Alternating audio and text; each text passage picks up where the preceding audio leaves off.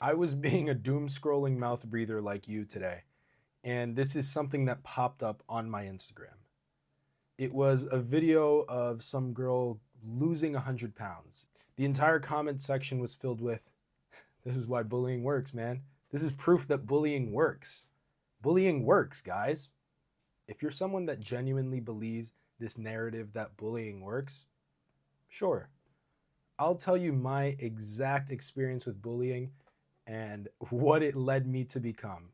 Now, you could probably take a look at a picture from me before in high school or middle school, and then look at me now, and then, wow, boom, proof that bullying works. But it was kind of the opposite for me. Now, for some context, I was very shy as a kid. I was shy and I was sensitive, and I did my best to hide that. I did not want other people to know how I was feeling. If I was upset, I'm fine. If I was angry, I'm okay. But sometimes that feeling would slip through, and there were a couple of kids in my class that wanted to take advantage of that. They would say that, "Oh, this guy's your boyfriend, huh? When did you?" Things like that, the dumb things like that that get under your skin when you're in fourth or fifth grade. And I was too afraid to fight back because I was kind of a coward when I was little. And what this led me to become was a very angry person. I was constantly angry at something. You can probably relate to this yourself.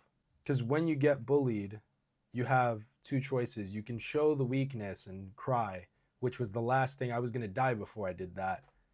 Maybe I would, maybe I would ball up and cry at home, but never in front of them. Your other choice is to lash out at other people. Take that anger and strike back with it. Now, I didn't literally strike back because when I was a kid, I was too afraid to get into fights.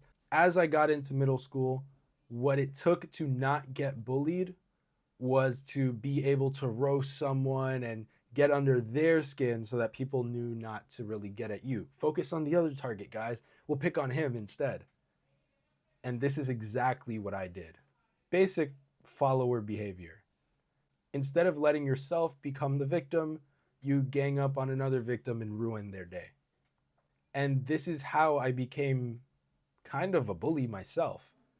In a lot of my friendships with people I knew in middle school and high school, I was kind of relentless when it came to saying mean things to them. A friend of mine who's watching this video might recall me and other people calling him fat and making fun of his weight and getting really under his skin in middle school. Now, if you were to see him now, you'd think, well, so the bullying worked. He looks great now. But we're losing what happened in between. I'm talking serious mental decline, physical decline, and unhealthy habits out of a person who got bullied. We're not even talking about the side effects of my bullying, coming home angry every day and wanting to lash out at other people in my family, my friend groups. Now we're talking about someone who's also close to me who I ended up hurting as well. And this continued throughout high school as well. As long as I could say something rude enough or mean enough to get under someone else's skin and pick on them, make them the target, I wouldn't have to get bullied myself, and then I was safe. This is probably one of the most immature times in my life. As time went on and my brain actually started developing, I began to realize the effect of what I was saying was having on people, and it was ugly. It reflected really ugly on me. I genuinely had nothing nice to say, ever. Most compliments were backhanded.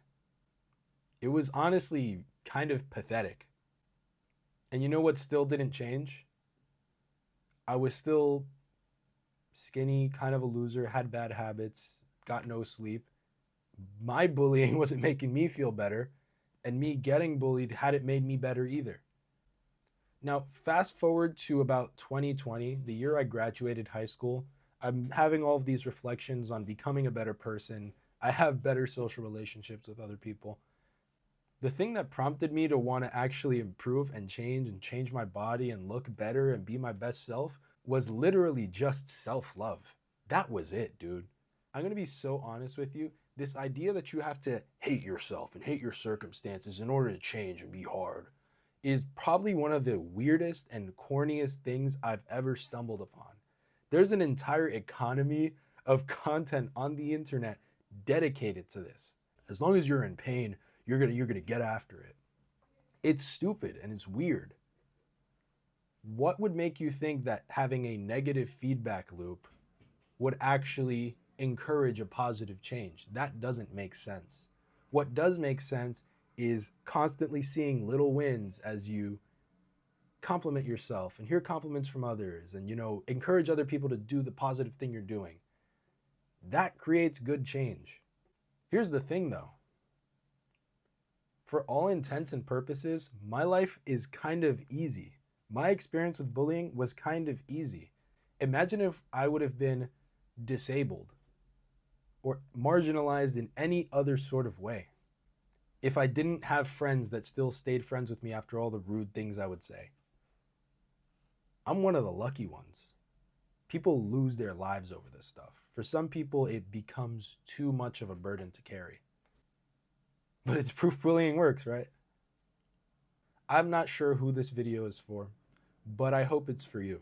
If you feel like you have a friend who could actually learn something from this, and I know you do, send it to them. Make an anonymous number and send it to them. If you completely disagree with me and think I'm wrong, just let me know in the comments. See ya.